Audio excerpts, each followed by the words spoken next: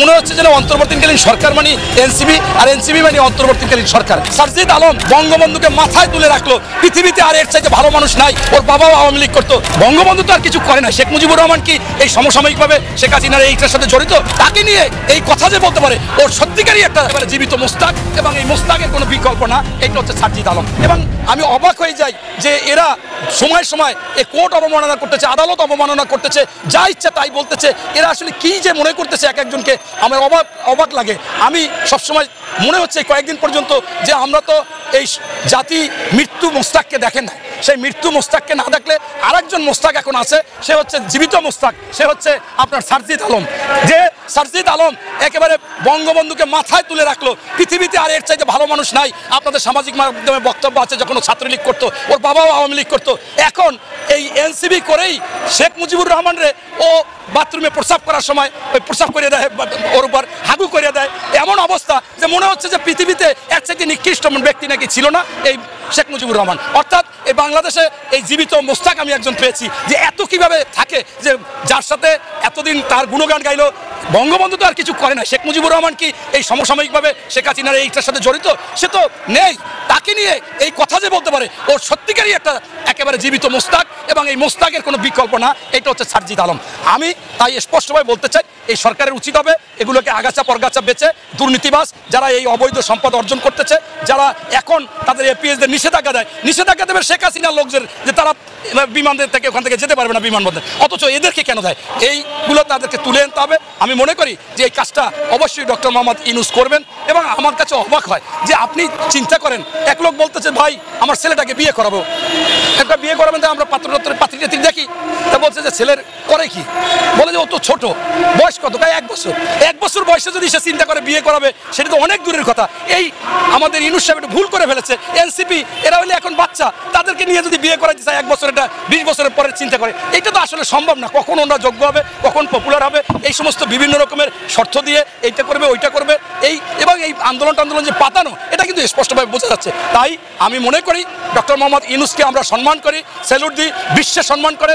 এবং ইতিমধ্যে বিশ্বে যারা প্রভাবশালী বা খ্যাতিমান রাষ্ট্রপতি বা রাজনীতিবিদ, অভিভাবক, তারা কিন্তু অবশ্যই সেখানে দেখা গেছে তার মধ্যে ডক্টর ইউনূসের নাম আছে। আমরা মনে করি ইউনূস সাহেব সেই কাজটা করবে, এটাই আমার আশা ভরসা, এবং ওনাকে আহ্বান জানাবো আপনি সঠিক সময়ে সঠিক কাজ করে দ্রুত কিছু পুনর্বাস সংস্কার করে নির্বাচন দিন। গতকালকে আমরা দেখেছি যে বাংলাদেশের অন্তর্বর্তীকালীন সরকারের প্রধান উপদেষ্টা 3টি দলকে ডেকেছে। তবে একটা ভালো খবর যে প্রথমেই বিএনপিকে ডেকেছে, কারণ বিএনপি হলে সর্ববৃহৎ দল। এরপর আপনারা দেখেছেন বর্তমানে অনিবন্ধিত দল জামাতকেও ডেকেছে, আবার অনিবন্ধিত দল এনসিপিকেও ডেকেছে। তা আমি আপনাদেরকে বলতে চাচ্ছি যে ডক্টর ইউনূসকে খুবই সতর্কতা অবলম্বন করতে হবে। মাননীয় উপদেষ্টা উনি বিশ্ববরণ্য ব্যক্তিত্ব। বাংলাদেশের 46টি নিবন্ধিত দল আছে, এই নিবন্ধিত দলকে একটু বেশি গুরুত্ব দিতে হবে। এরপর 100 আছে অনিবন্ধিত দল, তাদের গুরুত্ব সেইভাবে দিই। কিন্তু আমরা কিছুই বুঝতে পারি না যে কেন যেন সব কিছু নিয়ে উনি এনসিপিকেই সব কিছু করতেছে। মনে হচ্ছে যেন অন্তর্বর্তীকালীন সরকার মানে এনসিবি আর এনসিবি মানে অন্তর্বর্তীকালীন সরকার। নতুবা এই যে বিষয়টা আপনি দেখেন যে ইউনূস সাহেব পদত্যাগ করতে চায়, সেটা কাকে বললো? যাকে বললো নাহিদ সাহেবকে। বলার সাথে সাথে তার সাথে কোলাকুলির ছবি এসে পোস্ট করলো, পরে সে সাক্ষাৎকার দিচ্ছে। তাদের যারা সবাই একেবারে মনে হচ্ছে এটা গুজবের মতো সব জায়গায় একেবারে ছড়াই দিচ্ছে।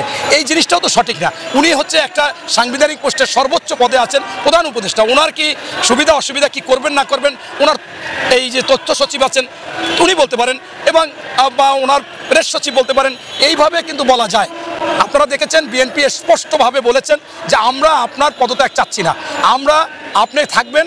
আপনি যদি পদত্যাগ করেন তাহলে আপনি হেরে গেলেন, আর হেরে গেলে মানে বাংলাদেশ হেরে গেল, এবং আপনি এটা কলঙ্কিত অধ্যায়। কেন আপনার উঁচু মাথা নিচু হবে? বরঞ্চ আপনার মধ্যে যে আমাদের এই আগাছা টাগাছা আমরা লক্ষ্য করেছি, সেই আগাছাগুলোকে আপনার বাদ দিতে হবে। সেইখানে বলা হয়েছে যে ছাত্র প্রতিনিধি 2 জনকে বাদ দিতে হবে, এবং আরেকজন উপদেষ্টা আপনারা ইতিমধ্যে জেনেছেন যে পালিয়ে গিয়েছিল বাংলাদেশ থেকে, একটা পরকীয় ঘটনা নিয়ে একজন আত্মহত্যা করেছিল স্বামী, সেই মামলায় উনি বাঁচবে এই জন্য 20 বছর সে পালিয়ে রয়েছে। তাকে এনে তার মাধ্যমে আজকে বিভিন্ন ধরনের বাংলাদেশের যাতে সার্বভৌমত্ব রক্ষায় তিনি সৃষ্টি করতে রক্ষা হচ্ছে না, বিনষ্ট করতে চাচ্ছে। সেই খলিলুর রহমানকে আমরা স্পষ্টভাবে তাদের পদত্যাগ চেয়েছি, এবং আমরা মনে করতেছি যে যতটুকু সংস্কার দরকার সেই সংস্কার করে দ্রুত নির্বাচন দিক, এবং সেটা ডিসেম্বরের মধ্যে হলে ভালো।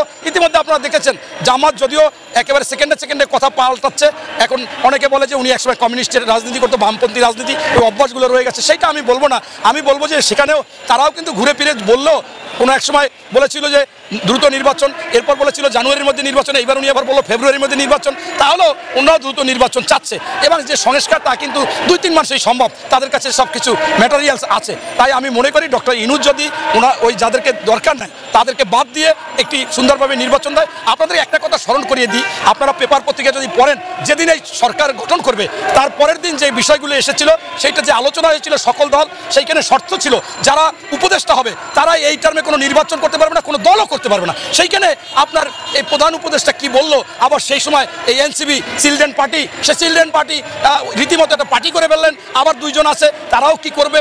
এই জন্য এখানে তো একেবারে সর্বোচ্চ একটা সাংবিধানিক পোস্টে থেকে এই ধরনের শর্ত ভঙ্গ করা, এটাও কিন্তু খুবই খারাপ।